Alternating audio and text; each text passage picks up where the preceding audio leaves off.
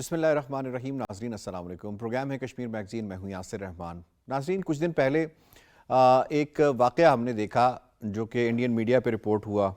بھمبر گلی سورن کوٹ میں ایک اکیلی فوجی گاڑی جا رہی تھی ایک ایسے ایریا میں جو کہ ہائیلی ڈینس جنگلات پر مبنی ہے, یعنی جنگلات, بڑے گھنے جنگلات ہیں وہاں پہ مبنی ہیں. اس روڈ کے اوپر یہ گاڑی جا رہی تھی. اس میں 5 فوجی جوان یا 6 فوجی جوان جو ہے سوار تھے. تو پہلے یہ خبر آئی انڈین میڈیا کے تھرو کہ جناب آسمانی بجلی پڑی اور جس کے نتیجے میں یہ جو لوگ ہیں یہ ہلاک ہو گئے. پھر تھوڑی دیر کے بعد ان کو کچھ خیال آیا شاید کہ آسمانی بجلی والا کام تو ٹھیک نہیں ہے, کیونکہ اس سے تو مقاصد حل نہیں ہوں گے. تو اس طرح کرتے ہیں کہ یہ معاملہ ہم ڈال دیتے ہیں پاکستان کے اوپر اور کشمیریوں کے اوپر, اور اس کے بعد کیونکہ یہ ہم نے ملٹی جو پرون اسٹریٹجی ہے اس کو حاصل کرنا ہے, تو اس لیے ہم ایک ہی تیر سے کئی نشان جو ہے وہ کئی مقاصد حاصل کر لیں گے.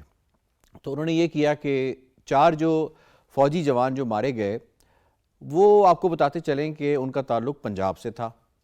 وہ 4 فوجی جوان جو تھے وہ سکھ بھی تھے. تو ایک جو ہے وہ کولیٹرل ڈیمیج ہم کہہ سکتے ہیں جو ہندو ان کے اندر مارا گیا. تو پہلا پوائنٹ تو یہ بنتا ہے. دوسرا پوائنٹ یہ ہے کہ جیسے ہی انہوں نے اپنا بیان یا بیانیہ تبدیل کیا کہ جی یہ حملہ ہوا ہے, حملہ آور آئے تھے, پاکستان کے اوپر الزام گیا, کشمیریوں کے اوپر الزام گیا, اور اس کے بعد انہوں نے سرچ اینڈ کارڈن آپریشنز اپنے تیز کر دیے. اس وقت تک جو اطلاعات موصول ہوئی ہیں 20 سے زائد انہوں نے کشمیریوں کو ڈیٹین کیا ہوا ہے, اور وہ سارے کے سارے مسلمان ہیں, یہ بھی آپ کو بتا دیں. ٹھیک ہے, اس ایریا میں مسلمانوں کے علاوہ اور لوگ بھی رہتے ہیں, اور اس کے بعد ان سے پوچھ گچھ بھی کی جا رہی ہے. کئی لوگوں کو اغوا بھی کر لیا گیا. اور اس کے ساتھ ساتھ ایک اور بھی آپ کو بات بتائیں کہ جو لوپ ہولز اس کے اندر چھوڑے گئے ہیں وہ یہ ہیں, خود ان کا انڈین میڈیا اس بات کا اعتراف کر رہا ہے. ایک تو ایس او پیز کے اگینسٹ یہ گاڑی, یعنی اس سے پہلے کامبنگ ہوتی ہے, سرچ ہوتا ہے, اس جگہ کو کلیئر کیا جاتا ہے جب بھی کسی فوجی گاڑی نے موو کرنا ہوتا ہے. اس کے ساتھ کوئی نہ کوئی جو ہے وہ گارڈ کی گاڑی ہوتی ہے جو کہ وہ اس گاڑی کو ساتھ ساتھ جو ہے وہ لے کر چلتی ہے. ٹھیک ہے, کیو آر ایف ٹائپ جسے آپ کہہ سکتے ہیں. دوسرا پوائنٹ. اور تیسرا پوائنٹ یہ تھا کہ جناب ایک ایسے ایریا میں اس اکیلی گاڑی کو بھیجا جا رہا تھا اور ہائی کمانڈ کو کسی قسم کا کوئی اس حوالے سے لوپ میں بھی نہیں لیا گیا تھا. تو یہ سارے پوائنٹس اس طرف اشارہ کر رہے ہیں کہ ہمیں پلوامہ دوبارہ سے یاد آتا ہے, ہمیں ستیہ پال ملک کے وہ انکشافات بھی یاد آتے ہیں, ہمیں پھر پٹھان کوٹ یاد آتا ہے, ہمیں پھر اور واقعات بھی یاد آتے ہیں جو کہ انہوں نے فالس فلیگ آپریشن کیے, اپنے لوگوں کو مرواتے ہیں اور الزام پاکستان کے اوپر عائد کرتے ہیں. اس پر ہم دیکھیں گے کہ کتنی ڈیپ اسٹریٹجی اس مرتبہ انہوں نے کھیلی ہے اور اس سے کیا کیا مقاصد حاصل کرنے کی کوشش کی گئی ہے. پروگرام کا جو دوسرا موضوع ہوگا اس پہ ہم G20 کے حوالے سے بات کریں گے. پاکستان بارہا اس بات کا اظہار کر چکا ہے, مذمت کر چکا ہے کہ کسی طور پہ بھی G20 کے ممبر کنٹریز نہ یہ مقبوضہ کشمیر کے سری نگر میں جا سکتے ہیں, نہ یہ مقبوضہ کشمیر کے لیہ میں جا سکتے ہیں. اس کی بنیادی وجہ خود ان کی قرارداد ہیں, کیونکہ G20 کے ممالک میں وہ 5 ممالک بھی شامل ہوتے ہیں جنہیں P5 کہا جاتا ہے. تو ہم یہاں یہ چیک کرنے کی کوشش کریں گے کہ G20 کے پاس کون سا ایسا قانونی, ایتھیکل, انٹرنیشنل لاس پر مبنی جو رائٹ ہے کہ وہ جا کے اس ایریا میں وزٹ کریں, اور کس لیے وہ وزٹ کریں گے, کیا دیکھنے جائیں گے وہ, یہ بھی ہم جناب جاننے کی کوشش کریں گے. سب سے پہلے مہمانوں سے تعارف, بڑے زبردست پینل نے آئی مس سے ہمیں جوائن کیا. جناب اسٹوڈیوز میں ہمیں جوائن کر رہے ہیں ایڈوکیٹ پرویز احمد صاحب, ہمیں اسکائپ کے ذریعے جوائن کر رہی ہیں عروج رضا سیامی صاحبہ, آپ سینئر صحافی ہیں, تجزیہ کار ہیں, اور ہمیں ٹیلی فون لائن کے ذریعے جوائن کر رہے ہیں فہیم کیانی صاحب, آپ تحریک کشمیر UK کے پریزیڈنٹ ہیں اور بڑی ووکل آواز ہیں when it comes to Kashmir. تو اس سے پہلے کہ میں سوالوں کا آغاز کروں, ہم نے ایک رپورٹ تیار کی ہے, وہ رپورٹ آپ سے شیئر کرتے ہیں. کہتے ہیں کہ کچھ مدت کے لیے کچھ لوگوں کو بیوقوف بنایا جا سکتا ہے, لیکن ہمیشہ کے لیے ہر کسی کو بیوقوف بنانا ناممکن ہے. مودی سرکار نے وتیرہ ہی بنا لیا ہے کہ پاکستان کے خلاف فالس فلیگ آپریشنز کر کے اسے سیاسی فائدے کے لیے استعمال کیا جائے.